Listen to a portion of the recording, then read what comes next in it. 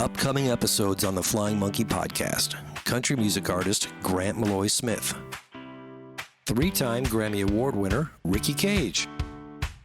Actor-musician, the one and only Chris Mulkey. Father's rights advocate Robert Garza. And new episodes of Parent Stories. Go to flyingmonkeypodcast.com and select your favorite social media site to join us. Subscribe to us on YouTube and Rumble. Back to another segment of the Flying Monkey podcast. This is Learning Theory with Dr. Bill. How you doing today, Dr. Bill? Very good. Thank you. Yeah, thanks for coming on again. These are getting quite interesting and quite informative, so I'm really liking it. And we got another question sent to us. This is from a mother, and she is in Florida, and she has written that the custody agreement they had changed. I'll just try to shorten her whole long paragraph she wrote here. Her custody had changed from, she had visitations, and then it switched to only, because of false allegations, it was switched to only video visitations, video calls. And so she says here that the child in her, had talked to her all the time and always said that, she loved her and she missed her and she wanted to play and she communicated normally. And then it just, over time, slowly but surely, it switched to where there's no communication at all. She says the child doesn't even say hello, or that she loves her, or that she misses her, and just looks down and looks away from her. And she wants to know why that's happened, and what can she do to change that, or even to save her situation and get her daughter to talk to her again. Well, the first thing, I guess we're talking about what caused this, and the cause, I would assume, is what you mentioned, is that this is a custody or visitation order from a court.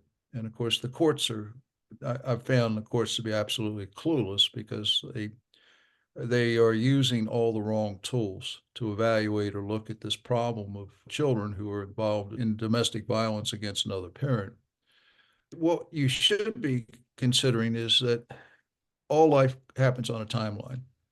All experiments in psychology happen on a timeline. And what we're looking at is variables. So if we were looking at this mother, and you said the mother had formally had, I would assume she was a fit, qualified mother, and was engaged in the kinds of things that are important for children in terms of their developmental needs.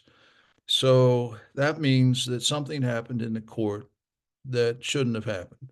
Must have been allegations. Generally, we see a lot of this, and the court reacts to these allegations in a somewhat hysterical way, often guided by people who are in the background that they rely on for opinions. Maybe she had an evaluation with one of these projective tests, or a test like the MMPI, which is really a personality inventory. It's not a test that deals with behavior in real time.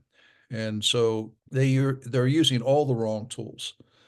And of course, the court doesn't know this, because they've been conditioned to accept only one point of view, and that is the mental health view of this whole problem. And of course, that's what the lawyers rely on, and the courts basically make their orders based on the recommendations that these people bring forward. So the parent, having been deemed qualified and fit, and now the child has been removed from the parent's visitation, and now the only contact the child has is through video calls. This means that the child is spending 100% of time in a specific space. Now, we talked a little bit about spatial conditioning last time we were together, as I recall. And of course, this is what accounts for what happens, that the space that we live in comes to have stimulus control over our behaviors, whether they're good behaviors or bad behaviors. In the case of what you're talking about, the child is experiencing extreme discomfort. And that this extreme discomfort is a very troubling circumstance, something that you really should attend to very quickly. But looking back for a minute, if we digress back to the issue of the parent, who is we'll call the protective parent, who is the mother, her situation is that the court is bought into a narrative that isn't true. Because if you were using a valid tool, such as looking at the behavior of the mother on a parenting standard instead of a personality from a personality perspective, then we would have a very different picture of this woman. Because over the period of time, that if we were to observe the behaviors of the child going from one end of this timeline to the other end, in other words, up to the present day, what we would see is of the two variables under consideration, the mother and the child, one of the two variables had a significant change, and the behavior of the child changed, but the behavior of the mother didn't. So what that means is what the court is focused on is a label that's been given by a mental health person, such as borderline personality disorder or who knows what. But it's irrelevant. What's relevant is this mother, the same mother she was at the time that the child was within in her care. And on that same timeline, we will be able to see what's correlated with the change in the behavior. Obviously, the change in behavior is correlated with an event which you've already mentioned, that the child's contact with the mother changed from visitation to no visitation to just video calls.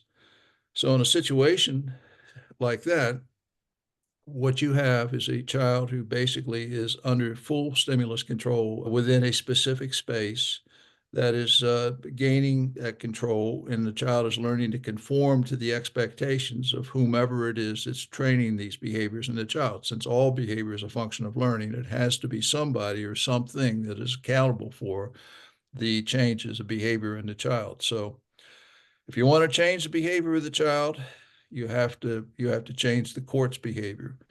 And unfortunately, the lawyers and the mental health people don't know how to do that.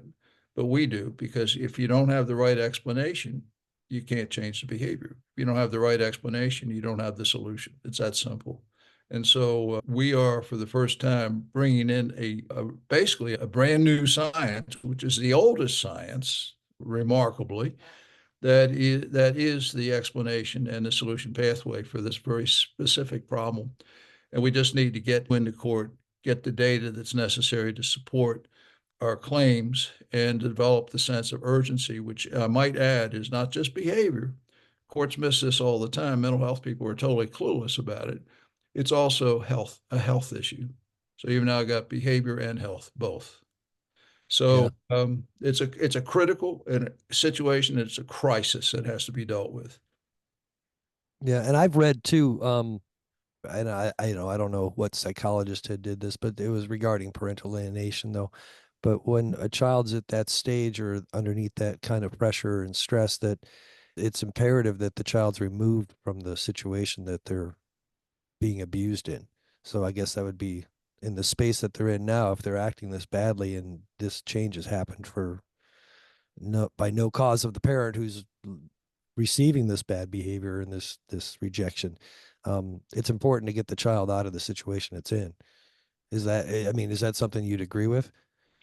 Yes, well, what you have is the parent is affecting the attachment of the child, which is a very dangerous situation. And the one thing you never want to manipulate is a child's attachment to another parent. By doing so, creates stress, and stress is correlated with immune problems. So therefore, you're going to have health issues, more sicknesses. This is something the courts never consider, and we see it all the time. And a matter of fact, we have a lot of statistics because we've literally seen thousands of parents. We're not in this onesies and twosies game. We see a lot of parents. So we have the data to support what we're saying. So it's a serious problem, and it needs to be dealt with. And I Yeah. feel very sorry for the parents who are out there stuck with these attorneys and that are struggling on a treadmill and they can't seem to get off. Yeah, it's a vicious circle, that's for sure.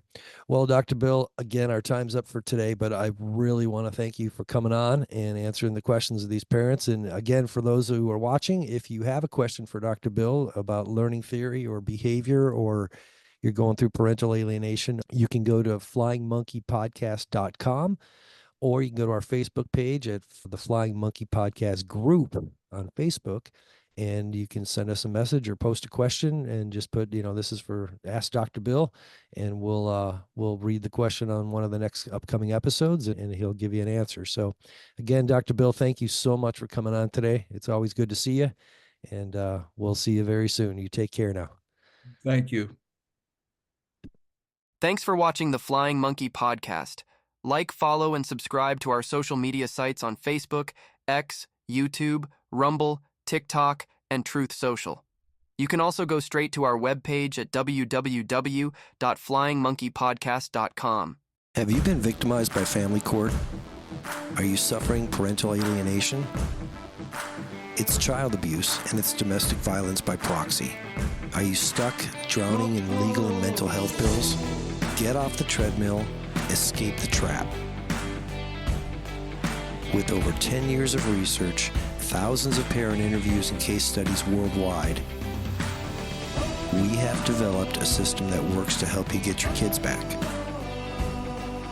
Join the movement now.